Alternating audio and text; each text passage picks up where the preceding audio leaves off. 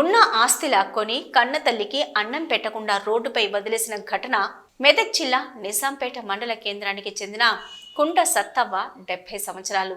ఆమెకి ముగ్గురు సంతానం, 2 కుమారులు, 1 కుమార్తె. ఆమె భర్త కుంట ఎల్లయ్య అనారోగ్యంతో మరణించగా ఆమె చిన్న కుమారుడు కుంట కృష్ణ గుండెపోటుతో మరణించడం జరిగింది. ఆమె పేరు మీద ఉన్నటువంటి భూములను 2 కొడుకులు అమ్ముకొని ఆమె దగ్గర ఉన్నటువంటి బంగారాన్ని లాక్కొని ఇంటిలో నుంచి గెంటి వేశారని సత్తవ్వ బోర్న విలపించింది. చిన్నప్పటి నుంచి కంటికి రెప్పలా కాపాడిన తల్లి వారిని కన్ని పెంచి పెద్దవారిని చేసినందుక నేను చేసిన పాపమా అని తల్లి సత్తవ్వ ఆవేదన చెందింది. పెద్ద కుమారుడు రమేష్ మెదక్లో కూరగాయల వ్యాపారం చేస్తున్నాడని, రోజు తాగొచ్చి పింఛన్ డబ్బులు ఇవ్వాలని గొడవ పడేవాడని, ఇవ్వకుంటే చంపేస్తానని బెదిరించేవాడని ఆమె తెలిపారు.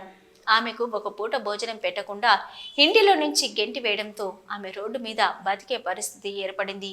ఆమె ఇంట్లో నుంచి వెళ్ళిపోయింది. పెన్షన్ డబ్బుల కోసం అక్కడక్కడ హత్యలు జరుగుతున్న సంఘటనను గుర్తు చేసుకుని గుండెలు పగిలేలా రోధించింది. ఇకనైనా ప్రభుత్వం స్పందించి తగిన న్యాయం చేయాలని బాధితురాలు వేడుకుంది.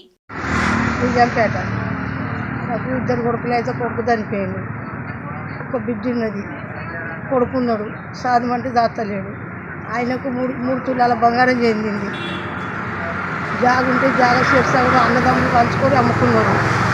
2 అన్నదమ్ములు పంచుకున్నాడు, 1 రూపాయి పెట్టలేదు. ఇప్పుడు నన్ను చాడు గంజి పోయమంటే గంజి వస్తలేరు, రోడ్ల మీద బతున్నా. ఇక యాడున్నానో చెప్పుండ్రి, మరి ఇక్కడ పోవాలనో మరి అందరికీ కాల పుణ్యానం మరి నాకు ఇంత దరువు చేయింది. ఇంకేం చెప్పాలి బిడ్డ? ఉన్న జాగాలన్నీ అమ్ముకున్నారు 2 అన్నదమ్ములే. నన్ను సంతకానికి వచ్చారు నాకు దగ్గరికి. నన్ను అమ్మేటప్పుడు కూడా నన్ను దొరకపోలేదు. అయ్యా అమ్మేటప్పుడు కూడా అమ్ముతున్నాను అనలేదు. సాయం చేయాలని ప్రభుత్వాన్ని నమ్ముకుంటున్నా.